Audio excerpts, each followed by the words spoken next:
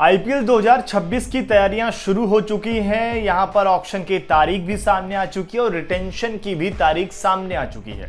इस वीडियो में आपको बताएंगे कि आखिरकार आईपीएल रिटेंशन में और जो ये तमाम डील होती है वो कैसे होती है और ट्रेडिंग विंडो जो है उसके बारे में कि कैसे खिलाड़ी को यहाँ पर ट्रेड किया जाएगा और क्या कुछ नियम कैसे काम करता है।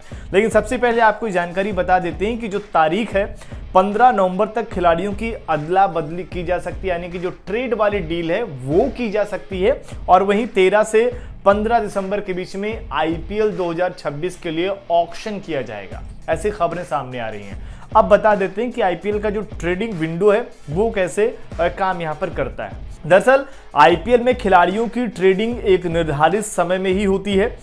2025 सीजन खत्म होने के 7 दिन बाद ट्रेडिंग विंडो खुल चुकी है और यह 2026 ऑक्शन से 7 दिन पहले तक खुली रहेगी। यानी अभी ट्रेडिंग संभव है, पर इसे शुरू करने के लिए टीमों को सहमति बनानी पड़ेगी कि कौन सा खिलाड़ी कहां जा रहा है, कौन सा खिलाड़ी किस टीम में जा रहा है। यहां पर एक दूसरे की बातों को एक्सेप्ट करना पड़ेगा। वहीं अगर बता दें कि नियम कैसे काम करते हैं, तो दरअसल एक खिलाड़ी एक सीजन में सिर्फ एक बार ही ट्रेड हो सकता है। एग्जाम्पल के तौर पर अगर संजू सैमसन किसी टीम के लिए ट्रेड हो रहे हैं तो सिर्फ एक ही बार, ऐसा नहीं कि वहां जाकर फिर कहीं और ट्रेड हो जा रहे हैं, ऐसा नियम नहीं होता है। इसके अलावा जो ऑल कैश है वो ट्रेड्स प्लेयर स्वैप्स के जरिए ट्रेड की जाते हैं, यानी कि कैश डील होती है, प्लेयर स्वैप के जरिए भी होता है। या तो आप सीधे पूरा पैसे का भुगतान कर दें या तो खिलाड़ियों की स्वैपिंग कर दीजिए, उस हिसाब से भी ये डील काम करती है।